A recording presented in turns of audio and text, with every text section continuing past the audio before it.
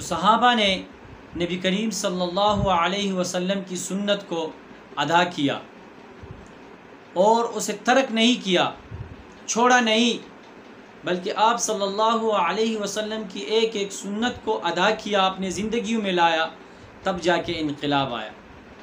تو اسی طرح تابعین، تبع تابعین نے بھی آپ صلی اللہ علیہ وسلم کی سنت کو ادا کیا۔ تو ہمیں بھی چاہیے کہ ہم نبی کریم صلی اللہ علیہ وسلم کی سنت کو ادا کریں، کیونکہ اللہ تعالی نے نبی کریم صلی اللہ علیہ وسلم کی ہر ایک سنت میں حکمت رکھا ہے، کوئی بھی ایک سنت حکمت سے خالی نہیں ہے۔ تو اس میں ایک واقعہ میں ذکر کروں گا کہ لندن میں ایک بڑی یونیورسٹی تھی جس میں مسلمان کے بچے بھی پڑھتے تھے، کفار کے بچے بھی پڑھتے تھے۔ ایک مسلمان کا بچہ تھا جو ہمیشہ جا کر پانی کچھ اس انداز میں پیا کرتا تھا کہ سنت کے مطابق وہ گلاس میں پانی ڈالا اور 3 سانسوں میں ہمیشہ وہ پانی پیا کرتا تھا، اور آخر میں الحمدللہ، شروع میں بسم اللہ الرحمن الرحیم، اعوذ باللہ، 3 سانس لیتا تھا، 3 سانسوں میں وہ پانی پیتا تھا۔ تو اس منظر کو ایک یہودی نوٹ کر رہا تھا جو اس اسکول کا، اس یونیورسٹی کا ہیڈ ماسٹر تھا۔ تو ساتھ میں ایک چھوٹا بچہ تھا، وہ بھی اس منظر کو نوٹ کر رہا تھا جو اس مسلمان بچے کا کلاس فیلو تھا۔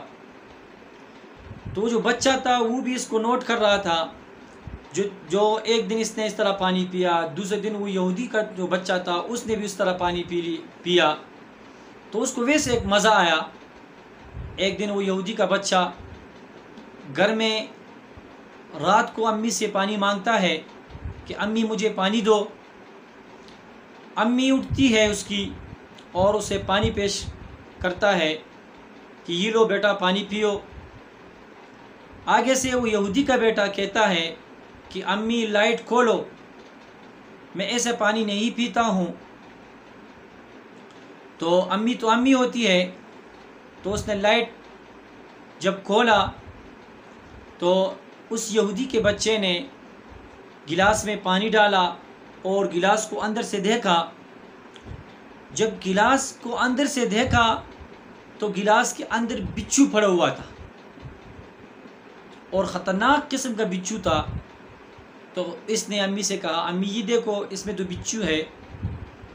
تو امی حیران ہوئی اور پوچھا بیٹا آپ نے یہ کیوں کہا لائٹ کھولو اور میں اس کو دیکھ کے پانی پیتا ہوں؟ تو اس نے سارا منظر اپنی امی اور ابو کے سامنے پیش کیا۔ صبح ہوتے ہی امی اور ابو سارا فیملی اس مسلمان فیملی کی طرف گئے اور ان سے حال احوال پوچھا۔ اس نے جب یہ بتایا کہ ہم مسلمان ہیں، سنت کے مطابق پانی پیتے ہیں، تو وہ ساری کی ساری فیملی جو ہے وہ مسلمان ہو گئی، یعنی ایک سنت کے مطابق۔ تو ہم کو بھی چاہیے کہ ہم نبی کریم صلی اللہ علیہ وسلم کی ایک ایک سنت کو ادا کریں، ہم سنت کو چھوڑے نہ، کیونکہ مسلمان کی شان یہ نہیں ہے کہ وہ نبی کریم صلی اللہ علیہ وسلم کی سنت کو ترک کرے۔ جو بھی سنت ہے ہم نے اس سنت کو ادا کرنا ہے۔ ایک سنت سے کتنا انقلاب آیا، کتنے لوگ مسلمان ہو گئے۔